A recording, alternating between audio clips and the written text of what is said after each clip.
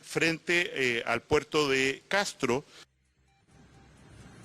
La noche de este viernes, el presidente de la República, Sebastián Piñera, anunció medidas para enfrentar la propagación del coronavirus, asegurando que Chile podría llegar incluso a fase 4. De todo esto vamos a comentar de inmediato en el estudio junto al secretario del Colegio Médico, José Miguel Bernucci. José Miguel, ¿cómo está? Muy buenas tardes. Hola, buenas tardes. Preguntarle de inmediato, ¿qué piensan respecto de las decisiones que se han adoptado? Ustedes piensan que van en la medida correcta, pero hace un rato yo estaba mirando un video que subieron a redes sociales del Colegio Médico del director de Coyhaique, si no me equivoco, y el presidente Aysén, y él dice que es necesario extremar aún más las medidas, suspensión de clases completamente, suspensión de actividades universitarias, reuniones de no más de 50 personas. Ustedes están en línea con eso, me imagino. ¿Qué piensan que es lo que va en el camino correcto, efectivamente, y qué debería profundizarse? Claro, nosotros en realidad estábamos esperando el anuncio del presidente Piñera en base a las reuniones de expertos que nosotros hemos convocado, como también así la información que nos ha llegado directamente de profesionales de la salud que se encuentran en China, algunos en Italia. Más, digamos, el componente técnico es que estamos esperando los anuncios del presidente. Posterior a ver los anuncios del presidente y a la noticia de paso a fase 3 de hoy día que anunció el doctor Mañalich, nosotros pensamos que todos los anuncios van en la dirección correcta, que tienen que ver en el fondo con medidas generales, con medidas sanitarias y medidas clínicas para poder dar la respuesta a la crisis. Ahora, nosotros creemos sí que lamentablemente no están en la profundidad ni en las fuerzas necesarias que se requieren para enfrentar esta crisis. ¿Por qué? Porque efectivamente dentro de las medidas sanitarias, la medida de aislamiento social, digamos, la cuarentena básicamente, es la medida que ha demostrado disminuir mayor la velocidad del número de casos nuevos, ¿ya? O sea, todo lo que hablamos del aplanamiento de esta curva para que no tengamos una presión insostenible sobre nuestro sistema de salud.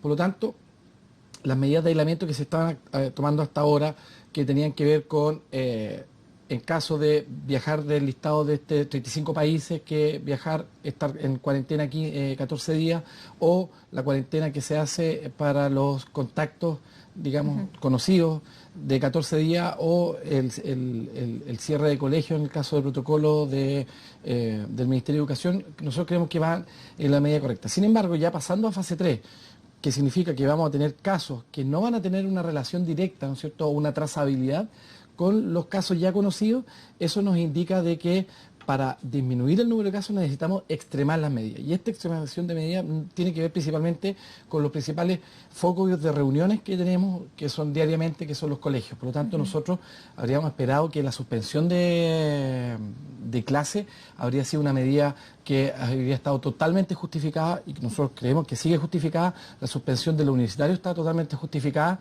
y nosotros, y sobre todo en algunas ciudades, aquí nosotros en Santiago, tenemos el problema del metro. Y efectivamente el transporte público también pudiera ser una fuente de contagio importante. Tenemos que recordar que acá los santiaguinos tenemos personas que están más de una hora, casi 2 horas, digamos, en transporte público, y eso eventualmente pudiera ser. Por lo tanto, nosotros creemos también que las medidas que tiendan al teletrabajo, tanto en el mundo público como en la empresa privada, tendrían que ser las medidas adecuadas y costo efectivas para tratar de sacar un poco la gente de las calles, para entre menos gente hay, el virus menos se mueve. Eso es como es algo básico. El presidente ayer hablaba sobre dar teletrabajo a los adultos mayores de 75 años, que en realidad en el mundo público deben ser muy pocos. La verdad que los factores de riesgo parten a los 60 años. Nosotros creemos que entre los 60 y los 65 años hubiera sido una medida que sí hubiera tenido un impacto positivo sobre la afectación de ese grupo particular. Esperar la fase 4. Primero saber qué es la fase 4, o sea, que se entiende como fase 4, y esperar a la fase 4 para tomar estas medidas que son más intensas, digamos. ¿Puede ser tarde? Sí, nosotros creemos que sí. Algo así le pasó a Italia, digamos. A ver, aquí nadie está inventando el hilo negro, digamos, ni nosotros solamente estamos poniendo nuestro rol, que es el rol de informar y el rol de tratar de influir sobre las decisiones que hace la autoridad. Nosotros nos cuadramos detrás de la autoridad, eso también queremos, digamos, reforzarlo. En este tipo de emergencias como las pandemias, aquí es muy importante que la autoridad asuma su rol de liderazgo Pero lo que sí es que nosotros también tenemos que hacernos parecer lo que nos parece bien, lo que nos parece mal. Efectivamente, Italia cuando comenzó a tomar las medidas de control de aislamiento social o de cuarentena, la ola ya les había, digamos, pasado por arriba. Efectivamente, esperar una fase 4, que significa que ya, en el fondo, más que trazabilidad, ya hay casos, digamos, desperdigados por todo el país y en realidad no hay relación entre uno y otro y lo que se espera es una explosividad de casos. La difusión comunitaria. Exactamente, la difusión totalmente comunitaria. En ese caso ya estamos tarde, digamos. El problema de esperar a tomar medidas de cuarentena en ese caso es que lo que nosotros buscamos con las medidas de aislamiento social o de cuarentena es justamente que el número total de casos se dé en el mayor tiempo posible, ¿ya? Cosa de que, en el fondo, la presión que se va a ejercer por consulta, por necesidad de camas críticas, por necesidad de hospitalización, se dé en un tiempo razonable, cosa de poder permitir el cambio de paciente y no colapsar nuestro sistema de salud. José Miguel, ahí está la decisión del Ejecutivo, que ustedes esperaban que fuese más intensa el anuncio. Pero, ¿qué recomiendan ustedes como colegio médico? Porque seguramente muchas personas que nos están viendo estarán dudando. Por ejemplo, ¿mando a mi hijo al jardín o no? ¿Mando a mis hijos al colegio o no? ¿Será necesario que vaya a la universidad o no cuando estamos recién comenzando? ¿Qué recomiendan ustedes como colegio médico de manera bien responsable? Bueno, a ver, lo primero es que aquí hay medidas que tiene que tomar la autoridad, que son medidas sanitarias y que en el fondo tienen que ver con lo que nosotros estamos discutiendo hace un rato. Pero también hay medidas de índole personal, que las cuales nosotros también hacemos un llamado a la gente, también a los medios de comunicación que nos ayudan a transmitir este mensaje. Lo primero es que las personas que tienen indicada cuarentena, por favor, la cumplan, ¿ya? Eso significa estar dentro de su domicilio los 14 días sin salir. No es necesario estar en cama, no es necesario, digamos, con las ventanas cerradas, uno puede asomarse, digamos, no hay problema, pero tienen que cumplir el aislamiento social, ¿ya? ¿Por qué? Lo que hemos visto en algunos casos es en que las autoridades justamente hacen recomendaciones y como son recomendaciones muchas veces la gente no le toma el peso, la importancia necesaria. Recién ayer, junto con nuestra presidenta, la doctora Siche, veíamos algunos casos de que a las personas se les indicaba aislamiento por contacto positivo y finalmente ocupaban ese tiempo para hacer los trámites pendientes, para ir al médico por otras consultas, para ir al cine, y eso... En ningún caso. En ningún caso, por favor, ahí hay una responsabilidad personal de cada persona de cumplir, digamos, la indicación. Por lo tanto, lo primero es, si tiene indicación de aislamiento social o cuarentena, por favor, cumplirla. ¿Quiénes son? Los que han tenido contacto directo con un caso que esté comprobado que sea positivo. 1, y 2, las personas que vienen llegando del listado de países que tienen transmisión comunitaria. Es un listado de 37 países, a las personas cuando ingresan se les da la indicación, así que por favor cúmplala. Lo otro es que muchas personas también en esta misma nos preguntan sobre el tema de la licencia médica.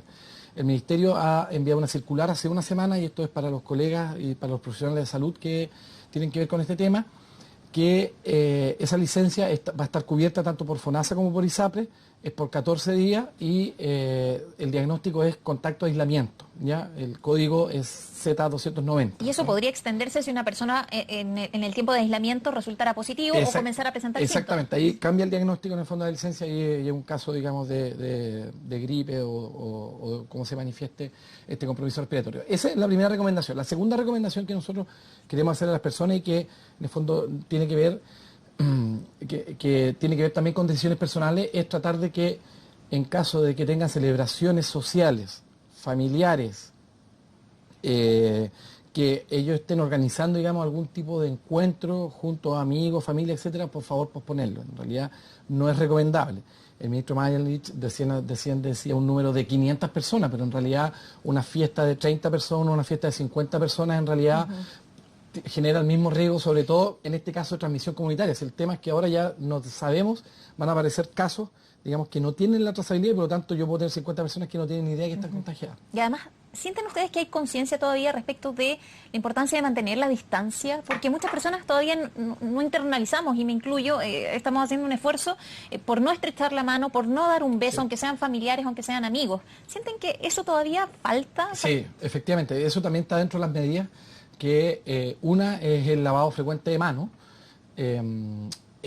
entre lavamano y lavamano, tratar de utilizar alcohol gel si es que está disponible. En realidad, si no, lavarse las manos, digamos, con jabón habitual. Efectivamente extremar las medidas que tienen que ver con evitar el contacto directo físico. Efectivamente pasa por un tema personal, pero también hay que recordar que es una expresión de nuestra sociedad, digamos. Nosotros, a pesar de ser chilenos, tenemos nuestra raíz latina y efectivamente el contacto físico es parte de todo. Yo creo que también hay que hacer un esfuerzo, digamos, para recordarlo. Todos, en realidad yo también me incluyo en el día a día, en la consulta. Y nosotros, esas son como las recomendaciones que nosotros le decimos como de índole social. Personal, social, que tienen que ver con decisiones propias. O sea, cumplir la cuarentena, hacer cumplir la cuarentena, en realidad esa es una responsabilidad comunitaria, es mi responsabilidad, cómo yo como individuo me inserto en la comunidad. Si yo no cumplo esa recomendación, pongo en riesgo al resto. ¿Ustedes esperaban sanciones punitivas, por ejemplo, para aquellas personas que no cumplieran la cuarentena? Claro, que eso tiene que ver más que con las decisiones personales, con las decisiones políticas o sanitarias. Efectivamente, las sanciones punitivas es una herramienta que puede utilizar nuestro Código Sanitario. De hecho, para las personas mayores se pueden recordar que los programas de control de tuberculosis, efectivamente, las personas que no iban a tomarse el tratamiento, digamos, en los consultorios de atención primaria, uno podía enviar a carabineros, digamos, a obligar a esa persona, porque el interés sanitario es tanto, digamos, es tanto el daño que puede hacer esa persona al no tomarse el tratamiento, que finalmente la sociedad completa toma acciones coercitivas sobre esa persona. Nosotros creemos que en este caso la seriedad es tal que también eventualmente la autoridad puede tomar la decisión de tener acciones coercitivas sobre las personas que no sigan, en el fondo, los cuidados, porque ponen en riesgo al resto. Bueno, estamos ante una evidencia y personas que están subestimando esta situación. O sea, los que no respetan la cuarentena, por ejemplo, o muchas personas que todavía hasta hace algunos días, semanas, estaban muy escépticas de esto, diciendo, esto está lejos, no nos va a afectar, le afecta a los mayores. En ese sentido, y para entender la complejidad de lo que estamos viendo, seguramente una persona podría presentar o no un cuadro leve. Sin embargo, ¿qué significa que pudiera eventualmente colapsar el sistema de salud con muchos casos al mismo tiempo y con la coincidencia de muchos virus respiratorios circulando? Así es. Lo que tenemos que entender que en Chile nosotros tenemos un número limitado de camas. Nosotros, lamentablemente, en nuestro país tenemos un promedio bajo de camas de hospitalización. Estamos hablando que en Chile el promedio de camas de hospitalización son algo así como 2,8 camas, 2,5 camas, me puedo estar equivocando un poco en el número, pero 2,5 camas por cada 100.000 habitantes. El promedio OCDE es camas públicas, el promedio OCDE está alrededor de 9 camas por 100.000 habitantes. Nosotros, sumando las públicas y las privadas, vamos a llegar alrededor de 4. Entonces igual estamos en una situación que nuestro país, lamentablemente nuestro sistema de salud, tiene un número súper limitado de recursos médicos. Lo que nosotros hemos visto en otros países, lo que pasó en Italia, y esto es para modo de ejemplo, Italia tomó las medidas que se tomaron muy tarde. Italia no tuvo trazabilidad del primer caso, o sea, nunca conoció el caso cero, no tuvo trazabilidad inicial en los primeros casos, y por lo tanto ellos pasaron muy rápidamente a fase de transmisión comunitaria y finalmente a pérdida de la trazabilidad, a fase 3.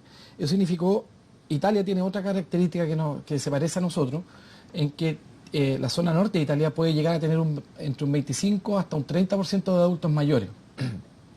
Nosotros estamos alrededor del 15%, pero si nos vamos a algunas comunas de Santiago podemos llegar al 20-25%. Por lo tanto, esa pérdida de trazabilidad más esta alta cantidad de adultos mayores hizo que los casos, en el fondo, la mayoría de los casos en Italia fueron leves, pero los casos graves se juntaron todos en un corto periodo de tiempo. Estamos hablando de que en casi 10 días tuvieron una cantidad de casos graves muy alto. Y eso hizo que su sistema de salud, que el sistema de salud es casi todo público en Italia, con algunos centros privados muy, muy pequeños, no diera el ancho ni el abasto de poder recibir todos los pacientes. Entonces lo que nos dicen los colegas de Italia es que ellos básicamente tenían que decidir a quién conectar a ventilador mecánico y a quién dejar morir. Por lo tanto, es una situación gravísima. Nuestros colegas y médicos chilenos de la sociedad de intensivos, de la sociedad de infectología, nos piden a nosotros como colegio que levantemos la voz, los broncopulmonares también, que levantemos la voz, porque no queremos, y ellos no quieren, y los que trabajamos en sistema público, en sistema privado, no queremos llegar al punto en que tengamos que decidir a quién conectar al ventilador mecánico y a quién no. Y no queremos llegar tampoco al tema de decirle a una familia, ya no tenemos más ventilador mecánico, en el país no hay donde vamos a ventilar gente, por lo tanto vamos prácticamente a elegir quién vive y quién no vive, y va a llegar un minuto en que ni siquiera vamos a tener, a poder dar esa elección, porque ya el sistema, o sea, el país ya no va a tener donde más sacar recursos. Y eso tiene que ver con esta explosión de casos, que todas estas medidas comunitarias de control social, de aislamiento social, de cuarentena, de evitar el contacto directo, de evitar las reuniones, de posponer las celebraciones o posponer las reuniones que se puedan posponer, tiene que ver con el aplanamiento del número de casos y no tengamos que enfrentarnos a urgencias colapsadas, a unidades de pacientes críticos colapsados. O sea, ya ni siquiera este es un tema de los hospitales públicos, vamos a tener este mismo problema en clínicas privadas, en hospitales públicos. Es por eso, digamos, que las medidas de apertura de camas rápidas, las medidas de sumar a la red los hospitales de las Fuerzas Armadas, los hospitales universitarios, parece ser que van medidas adecuadas. Adultos mayores, enfermos crónicos que no tengan que salir por alguna razón, ¿mejor permanecer en casa? Así es, en el fondo tratar de limitar sobre todo las aglomeraciones. O sea, hay que recordar que entre más personas hay en el mismo lugar, es mayor la probabilidad, digamos, de que el virus pueda circular o, en el fondo, una persona que está contagiada pueda repartir el virus. Tenemos que recordar que el COVID, ¿no es cierto?, o el SARS-CoV-2, como lo llaman los infectólogos, es casi 3 veces más contagioso que la influenza, que la influenza estacional, que es la que vamos a recibir en un poco tiempo más, y en adultos mayores es 10 veces más mortal. Entonces, de verdad, hay mucha gente que que no le tomaba el real peso, digamos, a esto, pero de verdad nos podemos ver envueltos en una situación que puede ser terriblemente caótica. Estamos hablando solamente del COVID y ni siquiera hemos hablado de la influenza, digamos, ni siquiera hemos hablado de los otros virus respiratorios. El lunes parte la vacunación de influenza para los grupos de riesgo. Antes hablábamos con otro médico que nos decía, los que no están dentro del grupo de riesgo esperen idealmente abril, vacunarse en abril, para que el grupo de riesgo de aquí a abril idealmente esté vacunado al menos en un 80%, porque también mucho se ha hablado de la complejidad de tener más de un virus circulando y los dos bien graves. Sí, tenemos que recordar de que en base a la evidencia que hemos visto de los países que se han visto más afectados, la coinfección agrava a los pacientes. O sea, muchas veces los pacientes que están en UCI están afectados por COVID y paralelamente tienen una influenza o tienen otro virus respiratorio y eso agrava aún más el cuadro. Esa es la experiencia que hemos visto hasta ahora. Por lo tanto, el llamado, a pesar, y esta es una pregunta también bastante recurrente que nos hacen llegar, la vacuna de influenza no protege contra el coronavirus, ¿estamos? Pero sí, en el fondo, lo protege contra el hit que le va a producir la influenza. Este año tuvimos súper buenas noticias del Ministerio de Salud, hay que reconocer, digamos, también cuando se hacen cosas positivas. Este año se ampliaron los grupos de riesgo, estamos hablando de que antes se vacunaba hasta los 6 años, hoy día se va a vacunar hasta los 10 años, a todos los niños de quinto para abajo se van a vacunar. Se incluyó a las embarazadas, que también era un grupo de riesgo que antes no estaba incluido.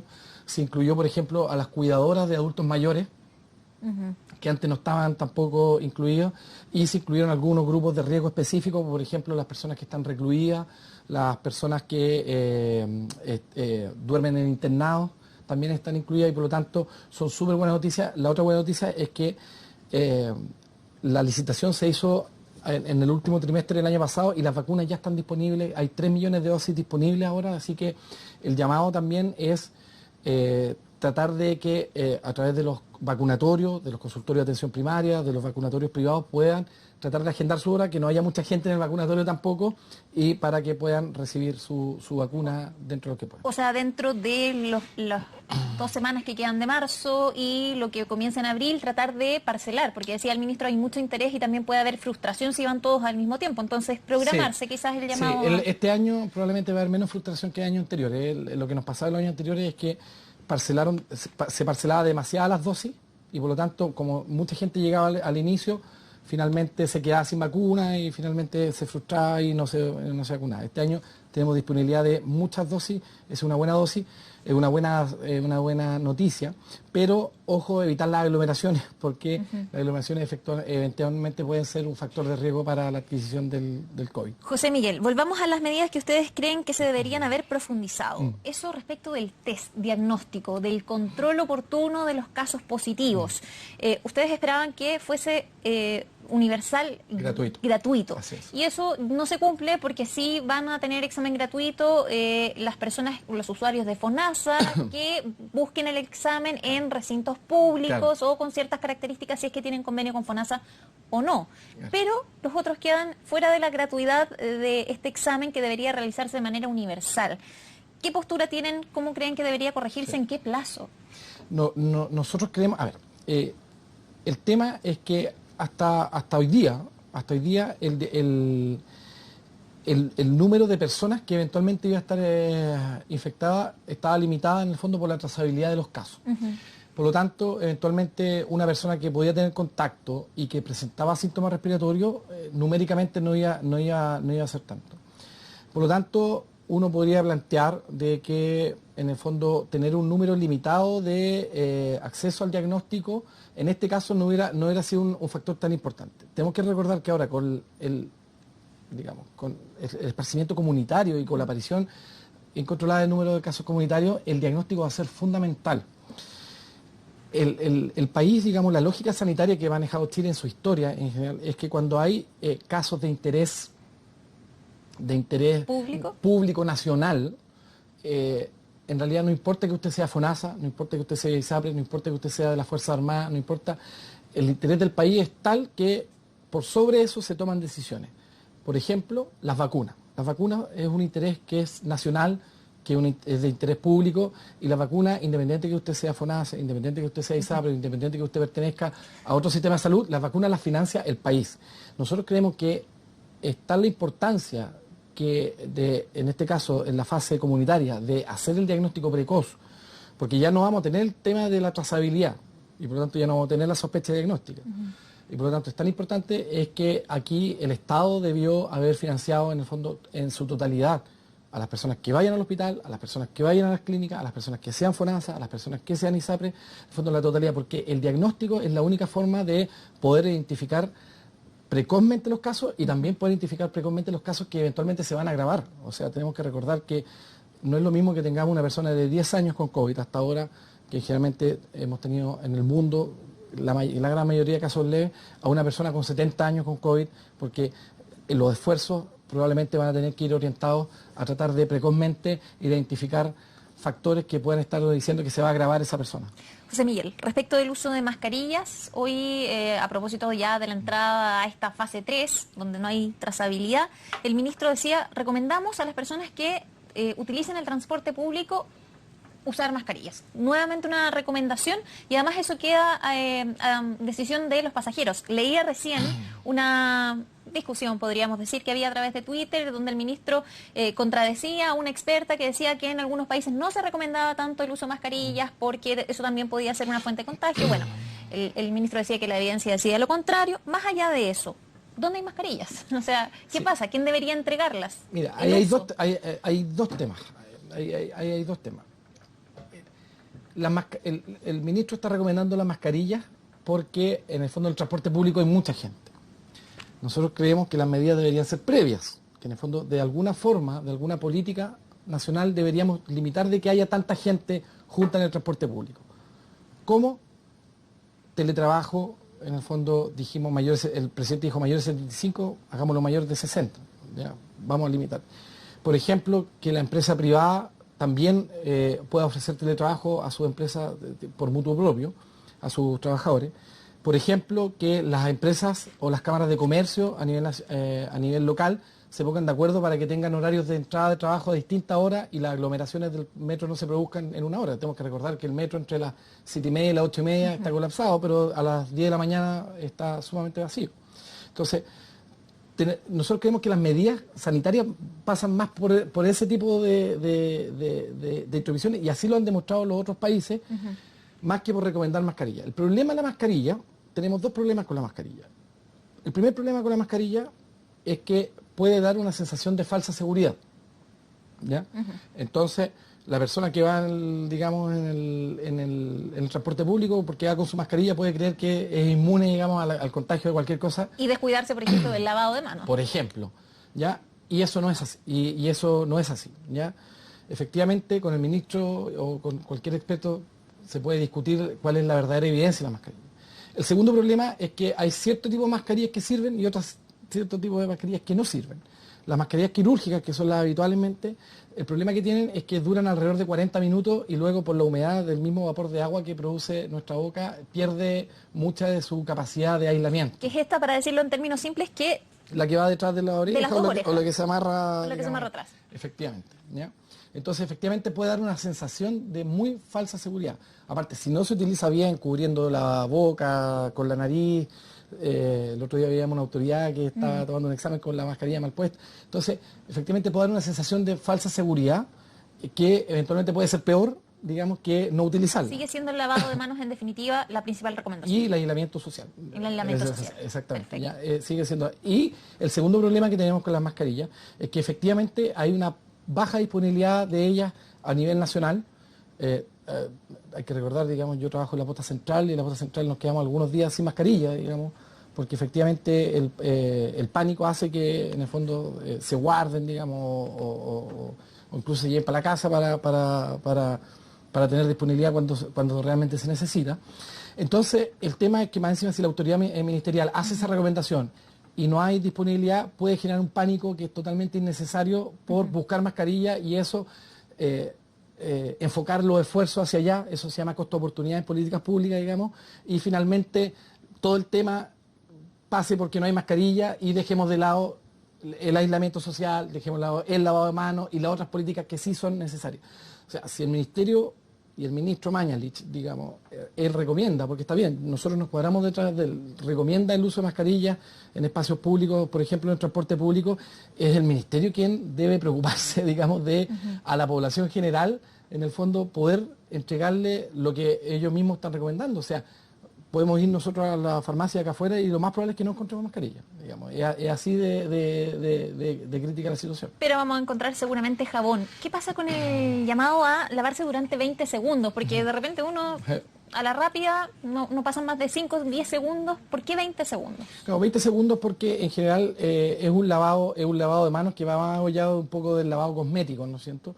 El 20 segundos usted se asegura por lo menos que saca la mayor cantidad de, por ejemplo, células muertas de la piel y barre en parte con las bacterias que viven normalmente en la mano. Aparte de los 20 segundos se asegura, digamos, que ya no quedan restos de fómites o, digamos, de estas microgotitas que son las que finalmente caen en la superficie, caen en las manos y son las que terminan transmitiendo el virus, el COVID o cualquier otro virus respiratorio. Hay que recordar de que el COVID comparte la transmisión con muchos otros virus respiratorios, incluyendo la influenza, parainfluenza, sincicial, etcétera. Por lo tanto, el lavado de manos no solamente nos va a proteger contra el COVID, también nos va a proteger contra el resto de los virus respiratorios. Ahora, para entender la importancia, hay un tema que quizás a propósito de este brote de COVID-19 ha pasado de manera más silenciosa y que tiene que ver con que durante estos primeros meses del año 2020 se ha visto mayor circulación que en otros años de adenovirus, de sincicial, de influenza, y se está aparentemente adelantando también la llegada, por ejemplo, de la influenza estacional. Se enviaron casos durante el verano y los médicos también hacen una observación respecto de eso en particular para estar muy atentos a lo que podría venir. Sí, eventualmente hay que recordar que igual hay algunos casos, estos son diferencias de número, porque igual hay casos en el verano de influenza o de parainfluenza o de otros virus respiratorios, pero efectivamente este año hubo como un poquitito más de casos. Efectivamente hay que recordar de que nosotros en el hemisferio sur recibimos la experiencia del hemisferio del invierno del hemisferio norte pasado. La experiencia de influenza del hemisferio norte pasado, específicamente en Estados Unidos, fue bien dura. Digamos. Hubo un elevado número de fallecidos, tanto de niños menores como de adultos mayores.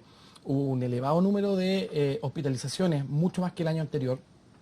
Por lo tanto, nosotros hasta antes de este tema del coronavirus ya esperábamos que la influenza fuera un factor importante en nuestro invierno. Es por eso que la campaña de vacunación es sumamente importante que se siga haciendo.